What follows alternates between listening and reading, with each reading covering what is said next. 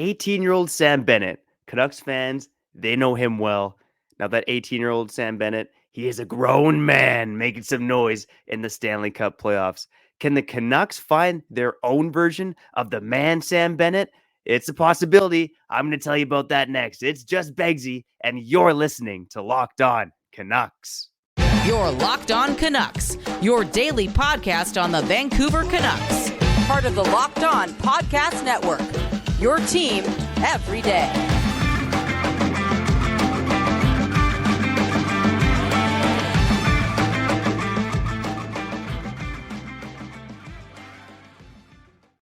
Thanks for tuning in to this episode of Locked On Canucks. My name is Trevor Beggs, Canucks writer and credentialed media member for Daily Hive Vancouver. Go ahead and download the Gametime app, create an account, and use code LOCKEDONNHL for $20 off your first purchase. And before we dive into today's show, I want to thank you for listening to Locked On Canucks, your team every day. Make sure you subscribe or follow for free on YouTube or wherever you listen to podcasts. And hey, if you are on YouTube, turn on those notifications, okay? You're helping me feed my family. And you might have noticed there's no Kyle here today. It's just Beggsy. And the reason for that, I'm trying to take a load off this guy's plate. This guy's making like 25 shows on his other network all week with Kyle Bowen. I'm also about to have my first baby boy. My wife is due in less than 2 weeks here. So I figured I got to start learning now how to produce the show by myself, give Kyle a break for the day. And hey, we also missed an episode on Monday because of the long weekend. And wherever you're listening from, I hope you enjoyed that long weekend back in May. On today's show, this is one thing that was on my mind, okay? Sam Bennett. Sam Bennett, the Florida Panthers in general have done a great job of finding guys on the trade market, on the waiver wire, who were undervalued, not getting some opportunities in other NHL organizations. But with Sam Bennett in particular, he was, no pun intended, starting to flame out with the Calgary Flames. So then he gets traded from Calgary to Florida. He got traded along with a 6th-round pick for a 2nd-round pick and prospect Emil Heineman, who was also a 2nd-round pick. So basically, you're looking at Sam Bennett, the former version of Sam Bennett, who was kind of a bottom 6 player for 2 2nd-round picks. That's kind of the template I want to look at here today, because we all know, every dayers know, and we've said this on the network before, the Canucks are in win now mode, like it or not. Next season matters for the Canucks. They've already traded away a 1st and a 2nd-round pick to get Philip Hronek. They are all in.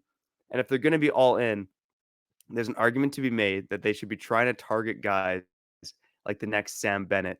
So in today's episode, I want to look at 5 players who fit that description of someone who's in that 23 to 24 age range, with the team that originally drafted them. So that eliminates guys like kind of Jesse Puljujarvi, who would fit a Sam Bennett description. And can the Canucks acquire these guys and have them play on the team, and then maybe, just maybe, have them hit their potential? The one caveat I want to throw out here before we get into this is that, Florida, they had the darts ready to go, okay? And I'm not talking about those darts. I'm talking about the darts at the dartboard.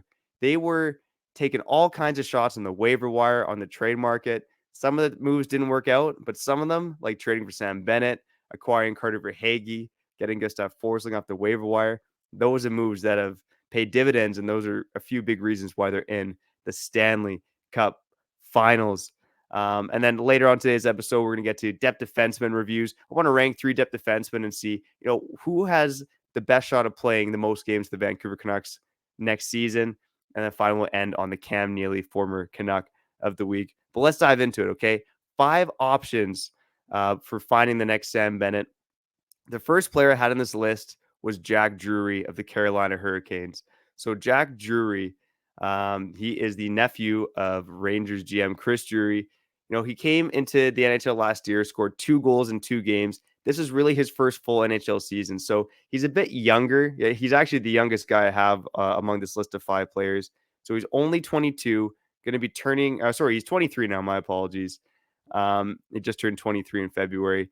But after scoring two goals in his first 2 NHL games last season, he wasn't as productive this year. He had 2 goals and 8 points in 36 games. In the playoffs, again, playing in a depth role, he had no goals and 3 assists in 13 games. So Jack Drury, he was looking like more of a player last season, had a bit of a dip in the AHL, and wasn't quite playing up to snuff in the NHL this season. So talk about the Canucks being in win now mode. Carolina is definitely in win now mode. Would they be interested? Again, they got a fairly deep pipeline. They already got a younger guy like Seth Jarvis, who has made more of an impact than Jack Drury. Could Carolina potentially look at dealing, again, the equivalent of 2 second-round picks? And maybe it's a second-round pick and a prospect like Jack Rathbone. We've already seen Jalen Chatfield go and tear it up in Carolina.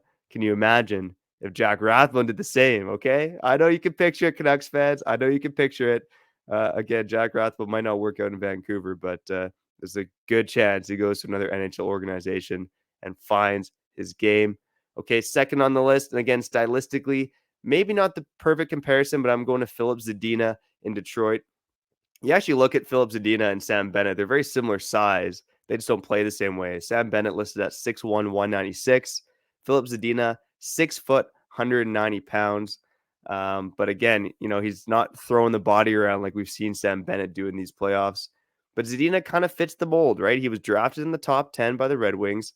I've already called him a bust this week on another episode of Locked On Canucks. Go check out that episode where Kyle and I talked about Vitaly Kravtsov and other busts from 2014 to 2019. But Zadina, he was on an okay trajectory in his age 20 season back in 2019-20. He had 8 goals and 15 points in 28 games. But this season, he just had 3 goals, 7 points in 30 games. You could definitely see the Red Wings trying to get off of Philip Zadina. Now, the caveat here is Steve Yzerman is a dangerous man. We've already seen the Canucks trade with Steve Yzerman once, a first and a second for Hronek.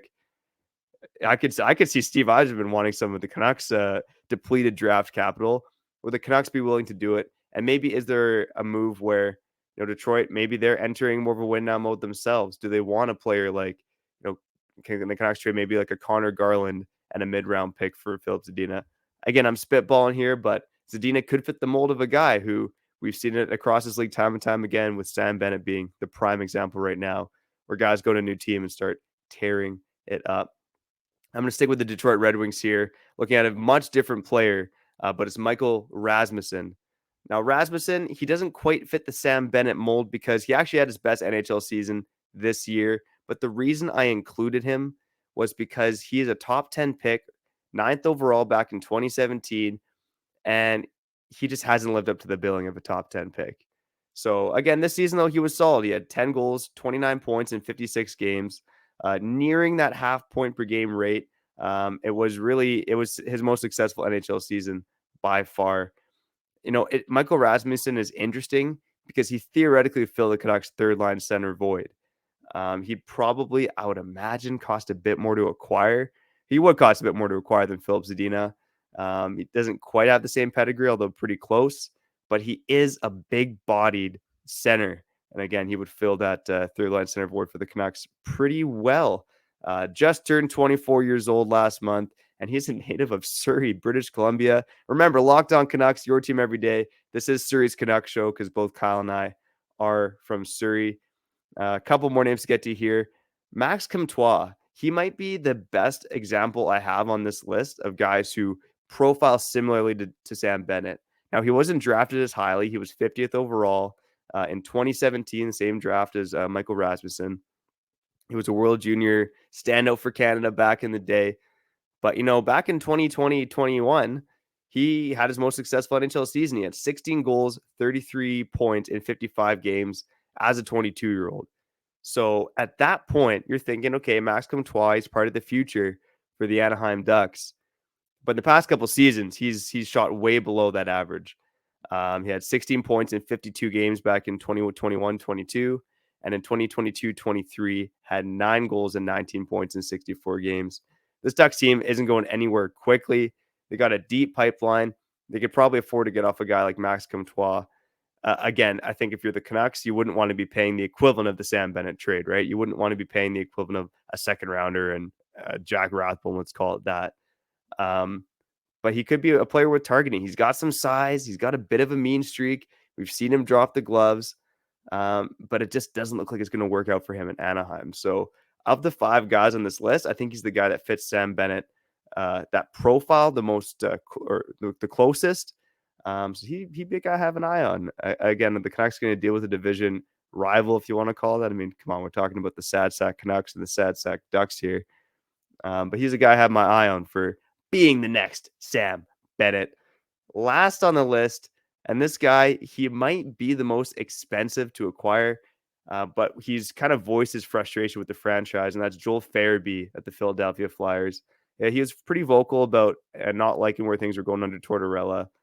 Um, but again, he's probably the highest ceiling player of all 5 of the players I've listed here. I mean, in his age 20 season, he had 38 points in 55 games, 20 goals. Really solid season. And that was his sophomore NHL year. But this season, he had one more point than that 2020-21 season. He had 39 points, but in 82 games. So this guy, he's regressed. It was his um, aside from his rookie season, it was his worst NHL season. He's definitely regressed over the past 3 seasons here, and maybe Philly just isn't the place for him. I mean, we talked about Anaheim not going anywhere fast. I don't know if Philadelphia is going anywhere fast.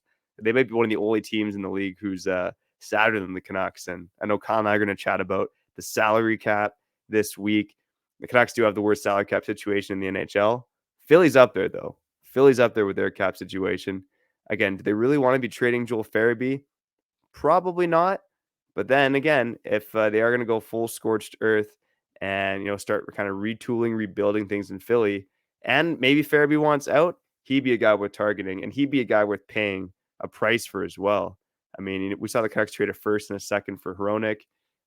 You wouldn't like to see them trade that kind of package again, but Farabee would probably be worth a first-round pick. We're talking about a left winger with top 6 upside who's shown he can score at the NHL level, who's in a bit of a bad situation with the Philadelphia Flyers. So many options, so many roads for the Canucks to clear cap space. They all have a bit of pain. We've said it before, every dares no. I think the best way to clear cap space is to buy out OEL. That way you open up some cap space and you have some flexibility to make moves, like possibly acquiring a Joel Farabee for next season. Would be a tough deal to do. Might include a first round pick. But I would argue he'd be a player that's worth it. And again, like it or not, the Canucks are all in for next season. Okay, next season matters for the Vancouver Canucks. On the other side here, depth defenseman. Okay, not the sexiest topic, but we're in player review season, so I'm going to rip through 3 of them pretty quick here. But before we do that, I need to ask you: have you ever been stressed out by buying tickets at the last minute? I'm a big last minute deals guy, and I found that the best place for killer deals at the last minute is Gametime. Gametime, they got my back. I get these emails from Nicole at Gametime, and she's always teasing me with concerts and events this week in my area. Not only are those weekly emails a tease, but Gametime offers me flash deals on last minute tickets. And hey, they don't offer it to me only, they offer it to you too. What's even better than that is that they have a lowest price guarantee along with event protection cancellation. Now, I have no choice but to get off my rear end and check out a local show on a Friday night. Let me tell you a bit more about the Gametime guarantee. If you find tickets in the same section and row for less, Gametime will credit you with 110% of the difference. Wow. Snag the tickets without the stress with Gametime. Download the Gametime app, create an account, and use code LOCKEDONNHL for $20 off your first purchase. Terms apply. Again, create an account and redeem code LOCKEDONNHL for $20 off. Download Gametime today. Last minute tickets, lowest price, guaranteed. All right. Back here on segment 2 of my first solo episode of Locked On Canucks. Remember, it's your team every day, even in late May. Even when there's no Canuck stuff to talk about, at least one of Kyle are here. And again, I'm having a kid in a couple of weeks. Gonna have to figure out how to bring out the shows when the kid's here. But hey, again, it's your team every day. Kyle and I are gonna figure it out. Okay, depth defenseman reviews. I got 3 to go through here, and I'll rank them from most to least likely to play the most games for the Canucks next season. I'm gonna go first and foremost. This isn't the boldest take in the world, but Kyle Burroughs. Now, Kyle Burroughs has turned into a bit of a local legend in this market, okay? The product of Langley. He's all over the community volunteering. Despite not being the biggest guy, I mean, this guy is about Philip Zadina's size, right? 6'1", 190. He'll still drop the gloves with anybody. He actually had some of the most fights in the NHL this season. I believe he had 7 fights, which was definitely top 10 Not too many guys dropping the gloves anymore, but I think Kyle Burroughs brings that physical element that the Canucks really lack, even though he's not the biggest guy in the world. And I think that if he wants to be back with the Canucks would have him back. Again, it's going to be near league minimum. If Kyle Burroughs maybe wants to chase a better opportunity, a couple $100,000 more, he probably could go find it elsewhere because the guy's played, again, a good chunk of NHL games over the past 2 seasons. I think it's 50-50 that Kyle Burroughs returns to the Canucks, but if he does, he's playing more than the other two guys I'm going to mention here. Next up, I have Guillaume Brisebois. Shout out to Jason Botchford, forever in our hearts, local legend for sure. The question I wanted to pose to the listeners here, and let us know in the comments what you think. Could Guillaume Brisebois crack the Canucks full time in 2023-24? Because again, we talked about Burroughs bringing that physical element that not a lot of other players on the Canucks bring to the table. Guillaume Brisebois doesn't bring that, but what he does bring is a steady defensive presence, which surprisingly a lot of Canucks lack. And I say surprisingly because they still have one of the highest payrolls for the defense in the entire NHL. And again, Brisebois signed that contract. He's going to get a really decent AHL salary. Don't have in front of me. I believe it's a few hundred thousand. I think it's maybe $500,000 to play in the AHL. A decent chunk of change for an AHL defenseman.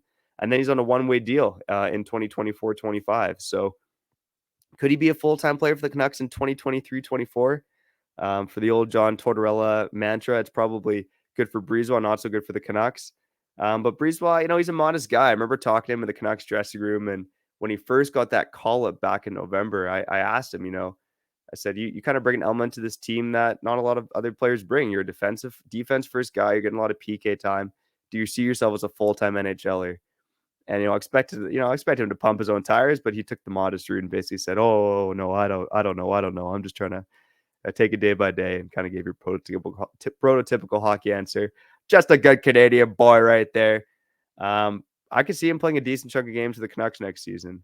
I said it before. Maybe this is a bit of a bold take. I don't necessarily want to see him beside Filip Hronek, but that's the kind of player you want beside Filip Hronek. A really defense-first, responsible left shot defenseman. Now, Brisebois is definitely not quite earned that opportunity. But I'll say this. I would rather Guillaume Brisebois beside Filip Hronek than all of ekman-larsson, okay? Locked On Canucks, the home of ripping on all of ekman-larsson. Apologies to him. He's a nice guy. But at that contract and what he provides, I don't really want to see him on the Canucks next season. Last but not least, Christian Wolanin, like Brisebois, he was also re-signed by the Vancouver Canucks. He was the AHL's best defenseman in 2022-23. So the guy was over a point per game in the AHL. He brought it.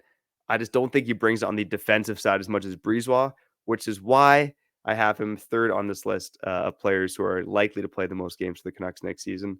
I'll grade him quick based on their performances this season. But Kyle Burroughs, I'm going to give him a solid C+ for what he brought. Again, not a flashy player, makes some mistakes, but it's funny that he looked better than a lot of Canucks defensemen, including Ekman-Larsson, Myers, Stillman. It was very low bar in Vancouver, but Burroughs is pretty reliable overall. Brisebois, for what he brought in the NHL, I'm going to give him a C. I think he made some mistakes, especially towards his last couple of games of the season where he just got caught out of the position. And I think that's just an experience thing. This guy's only played a handful of NHL games over the past few seasons. I mean, oddly enough, he's one of the longest tenured Canucks if you talk about where he was drafted back in 2015. The longest tenured Canuck on the roster right now is Brock Besser, who was drafted in the first round, just 2 rounds ahead of Brisebois in 2015, which is crazy to think about. But Guillaume Brisebois, again, I like that he plays a lot on the PK, but I think his decisions with the puck in terms of getting out of the zone could be a bit sharper. And again, hopefully that just comes with experience.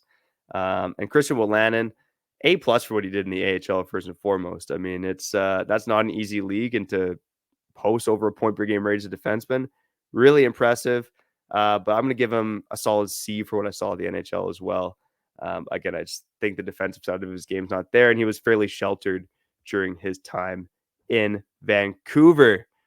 All right, to finish off the show, I'm going to give an award out that we like to give on the show, the Cam Neely Former Canuck of the Week. That's coming up next on Locked On Canucks.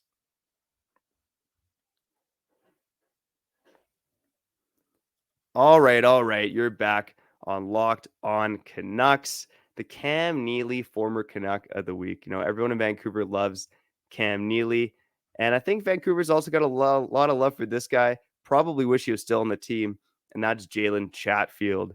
Wanted to give him a quick shout out because, at the end of the day, this guy, I don't know if when he was in Vancouver, anyone saw this coming, but he played 78 NHL games this season, and he played 15 playoff games as well. Scored his first playoff goal for the Carolina Hurricanes back in Game 2 of their series against Florida. Ironically enough, it was the only goal Carolina scored in like over 2 games of hockey after Bobrovsky shut them out in Game 3 as well. So just a shout out to Jalen Chatfield. I wish the guy was still in Vancouver.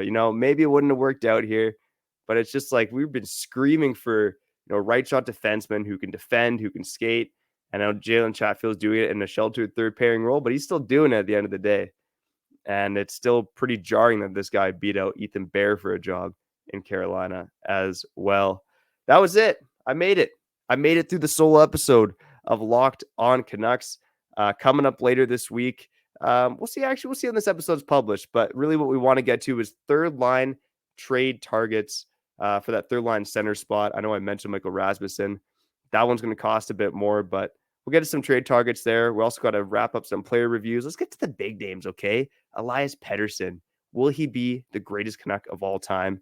And Quinn Hughes, did he have the best season by Canucks defenseman in franchise history? That's all coming up on the network. But for now, I'm Trevor Beggs. Shout out to the everydayers. And if this is your first time listening, welcome. We love you. Stay a little while because it's Locked On Canucks. Shows out 5 days a week, Monday to Friday. Again, thanks for tuning in to this episode of Locked On Canucks.